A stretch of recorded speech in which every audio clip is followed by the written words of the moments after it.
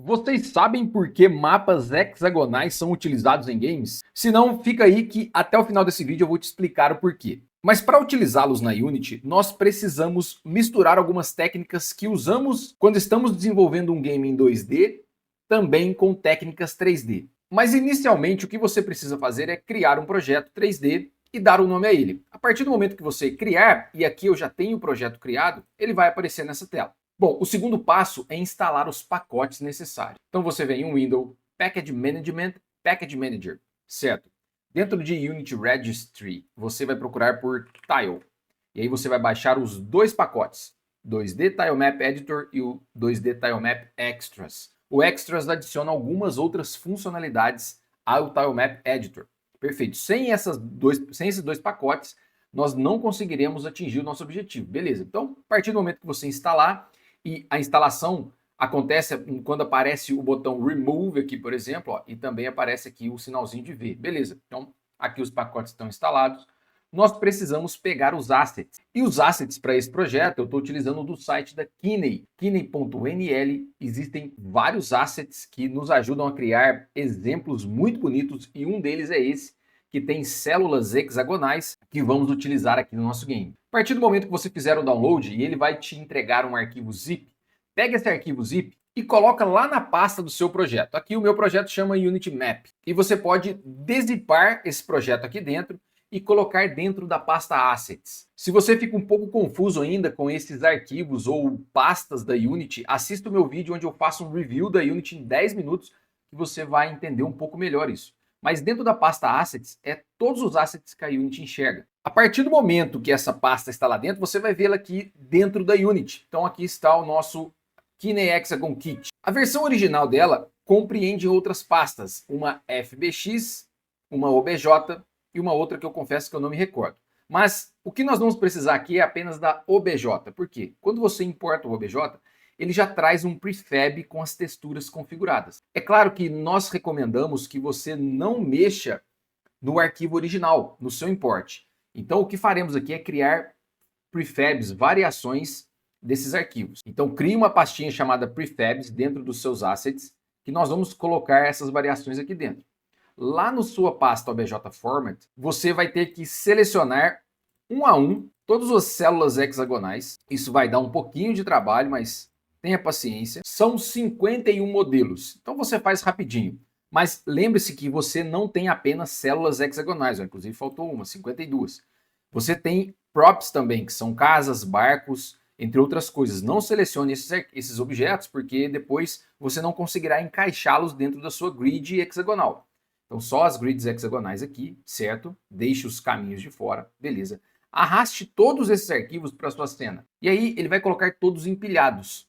Vem aqui do lado direito no Inspector, aqui com todos eles selecionados na sua hierarquia, clique nos três pontinhos, vai em Reset, que aí ele vai resetar todas as posições. Perfeito.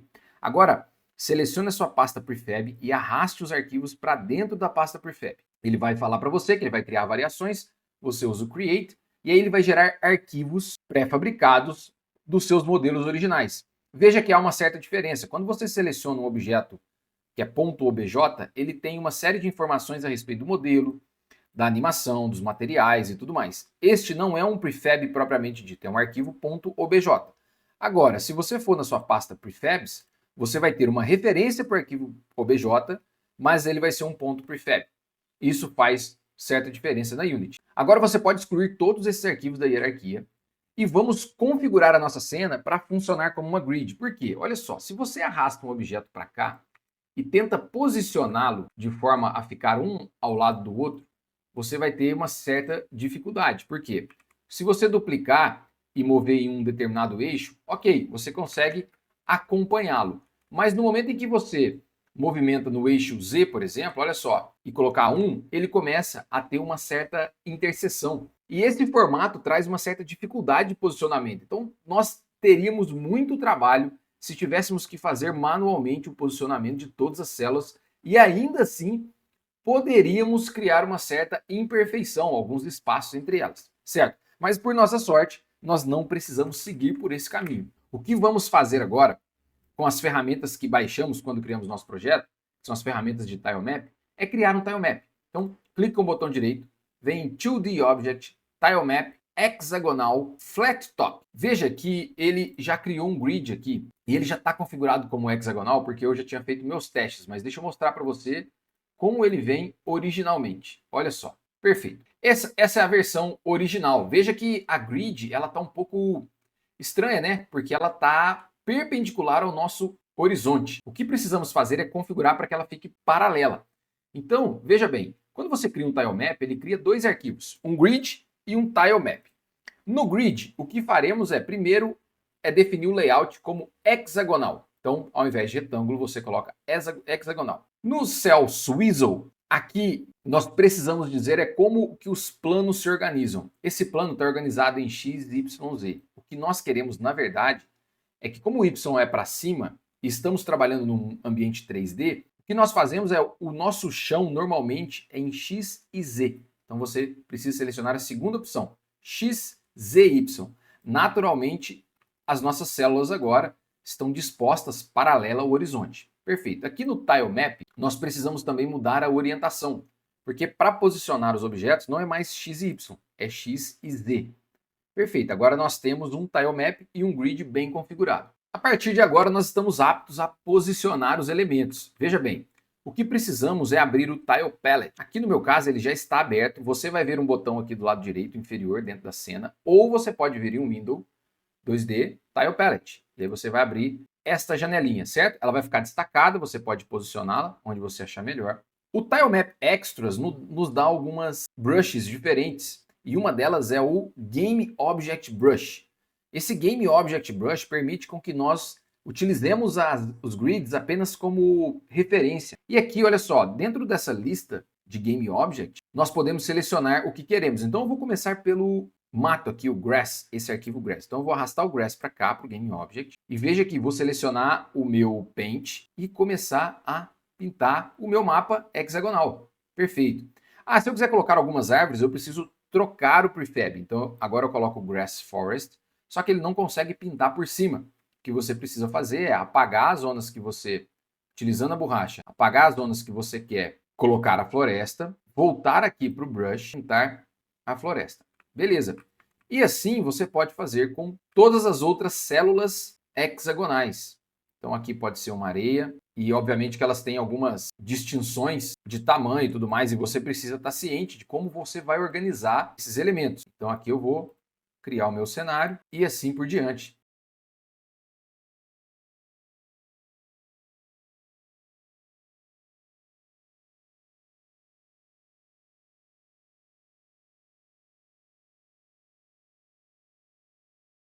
Você deve ter notado aqui um problema que nós chamamos de Z-Fighting, que é quando os objetos de texturas diferentes estão na mesma posição, eles competem para ver qual vai ser desenhado na frente. Então o que nós podemos fazer aqui para corrigir esse problema é apagar esses elementos. Opa, apaguei sem querer um, tá? E agora você, utilizando o mesmo prefab, você vai subi-lo milimetricamente, 0,001, por exemplo. Isso é o suficiente para mostrar para a engine qual você quer que desenhe primeiro, olha só. Então agora, veja que é quase imperceptível a diferença de altura e eles não competem mais. E como prometido, a razão de utilizar mapas hexagonais em jogos é que a distância entre as células, nós podemos ver do lado direito, é sempre igual a 1. Agora, quando você tem mapas retangulares, você acaba caindo no problema da diagonal.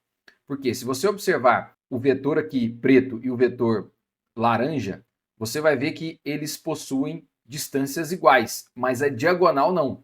Se você sai desse ponto aqui e vem para esse ponto, você acaba utilizando a diagonal de um quadrado todo. E nós sabemos que a diagonal de um quadrado de lado 1 é raiz de 2, mas o lado é 1.